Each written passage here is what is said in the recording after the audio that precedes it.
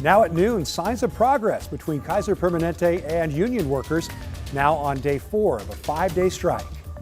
Not just have safety on the job, but to get the best people around you. Plus, preparations underway as Portland police learn of another No Kings protest happening on Saturday.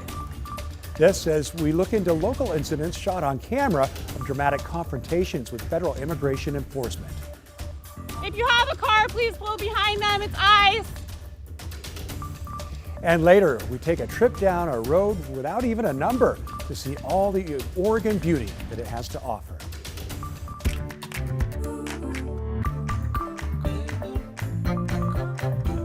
Thanks so much for joining us at noon. I'm Tim Gordon. Kaiser Permanente workers are on the picket line for a 4th straight day in Clackamas. Union leaders told workers Kaiser has agreed to resume bargaining next Wednesday. Thomas Schultz has been covering this for us this morning and has the story. Yes, it's good to see you. As marching continued Friday, Oregon Representative Maxine Dexter joined healthcare workers, pushing Kaiser Permanente to reach a deal with the union. It's time for Kaiser management to not just come back to the table, but to do what's right for our community, for you, and I stand with you. Since Tuesday, around 4,000 of Kaiser's workers in Oregon and Southwest Washington have been on strike, looking for higher levels of staffing and salary increases. So, I work in the emergency department. We have about 30 openings in my department alone. Clarissa Charlier is a nurse at Kaiser. She says openings lead to worse care for patients. Union leaders add some union workers make 20% less than market rate in the Portland metro area. If we're not competitive in the market, who's going to stay? We really know the gold standard of quality care, and we want to have a say in that. Kaiser has pushed back, saying union workers make 16% more than their peers. Kaiser adds it's offered a 21.5% wage hike over 4 years, meaning a nurse with 10 years experience would go from $126,000 a year to $160,000. Though on the picket line, workers and Representative Dexter say without a better deal, patient care will suffer. We're out here fighting for quality care for our patients. Now it's time for Kaiser to show how much they care about and prioritize your health and wellness. And that was Thomas Schultz reporting. Providence is permanently closing occupational medicine and workplace health services at 4 Portland metro area clinics. The hospital system said the decision is due to changing needs in the community. Starting November 7th, the service will no longer be offered at Providence's Bridgeport Health Center in Tigard, Clackamas Medical Center, Canasbourne Health Center in Hillsborough, and the Newburgh Medical Center. Occupational health services will still be offered at Hood River Memorial Hospital. Around 43 nurses and caregivers will be laid off due to the service shutdown. Let's turn now to weather with a live look over the Rose City. A little break in the clouds there overhead with temperatures feeling very much like fall, really. Meteorologist Chris McGinnis joins us with a look at the weekend. Chris? Yeah, 52 last check in downtown. And Tim, it's been a pretty drippy morning, but although we've had some wetness out there, I can tell you I expect rapid improvement within the next hour or so across the metro area. The last of the sprinkles now working their way eastward up into the Cascade foothills. They will be diminishing pretty quickly. Here's the live look from the springs of the waterfront in Vancouver. Already seeing some blue skies starting to break out there. And speaking of blue sky, the Oregon coast is mostly blue along the central Oregon coast. The north coast cleared out a couple of hours ago. So with that in mind, yeah, clearing is coming. It's just going to take a little while longer. It's 56 last check at PDX. Astoria, with a few more hours of sunshine, has warmed to 59 at last check. And you can see what I mean here on the visible satellite imagery. Again, the cloud cover kind of right over the heart of the metro area and quickly pressing off to the south and east. So with that in mind, look for decreasing cloud cover, and we will finish our Friday afternoon with some sunshine, more so than yesterday. And with that, temperature should inch up to between about 62 and 64 later today. Of course, sunset at 6:21. It's going to be a chilly night tonight. Tim, we may see some patchy frost early tomorrow. A mostly dry Saturday, and then rain coming in Saturday night and on and off wet Sunday. That's what our weekend forecast is looking like. I'm going to break that down in much more detail in just a few minutes. All right, look forward to that, Chris. Thanks very much.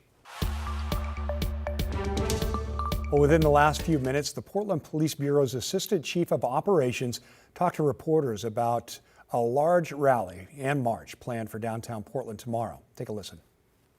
It's billed as a family-friendly event, so we're expecting it to be much like the ones that we've seen in the summer, where we're not anticipating any issues. It's just going to be a large, friendly event where we anticipate people to be able to exercise their First Amendment rights. And we're hoping that at the end of the event that they can take advantage of the decent weather and go into the downtown and southeast parts of the Portland and visit the businesses in those areas. Now, thousands of similar No Kings protests are being organized across the country in opposition to actions taken by the Trump administration. The last ones we saw across the Portland metro and beyond were 4 months ago and were largely peaceful in our area. Some leading Republicans, however, like House Speaker Mike Johnson, are characterizing them as hate America rallies that bring Antifa advocates, while Democratic leaders who are participating are encouraging Americans to take part in peaceful protest. They're like, hey, bro, you gotta go. Well, some recent video from the ICE facility last night shows someone honking their horn outside. Our crew says they were doing this for about 10 minutes before federal agents on the roof of the building there shot tear gas at the car. Portland police say they made no arrest last night near the ICE facility. Meantime, the Ninth Circuit Court of Appeals is still trying to decide if President Donald Trump can deploy troops to respond to protests at the ICE facility. But a ruling yesterday in Chicago could play a role in their decision. That's because the Seventh Circuit Court agreed with a federal judge that the facts on the ground in Chicago do not constitute a rebellion. That means the restraining order there will continue. Oregon is now citing that ruling in its own case. Well, videos have been circulating on social media of people boxing in federal agents with their cars in Hillsborough on Tuesday.